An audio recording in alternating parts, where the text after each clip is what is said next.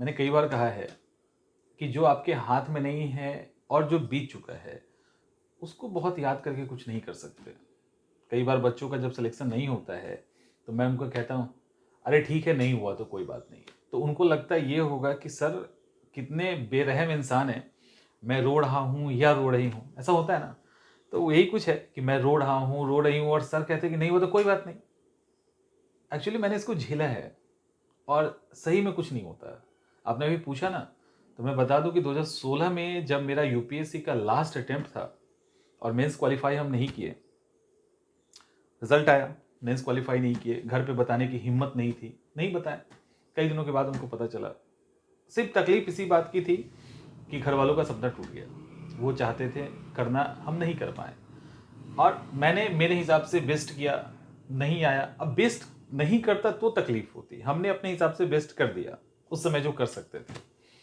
अब नहीं आया तो क्या करते हैं।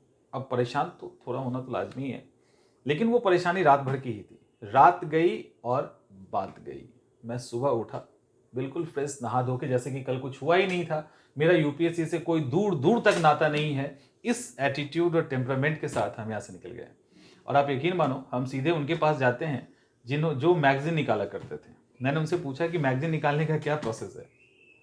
सुनकर आश्चर्य लग रहा होगा कि मैगजीन निकालने का क्या प्रोसेस है, और वो सारा प्रोसेस मैं जाना।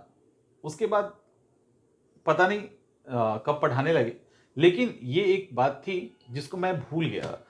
कई बार बच्चे कहते भी हैं कि आपका रिजल्ट है तो आप दिखाओ। एक्चुअली मेरे पास अब रिजल्ट नहीं है।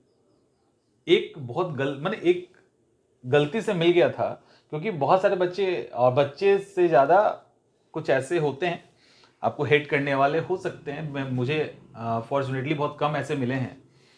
तो उनका है कि रिजल्ट तो आपका कभी हुआ नहीं।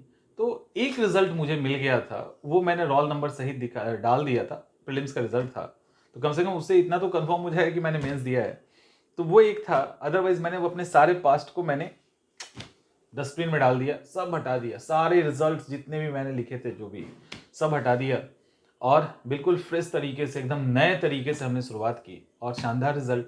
पहले ही 64 से मैंने पढ़ाना स्टार्ट किया, और 64 से ही हमने एक बेहतरीन रिजल्ट दिया है। तो इसलिए कहता हूँ कि पास्ट को भूल जाओ। पास्ट को याद रखने से सिर्फ तकलीफ होती है। आज भी मुझे लोग कहते हैं, सर तकलीफ नहीं होता।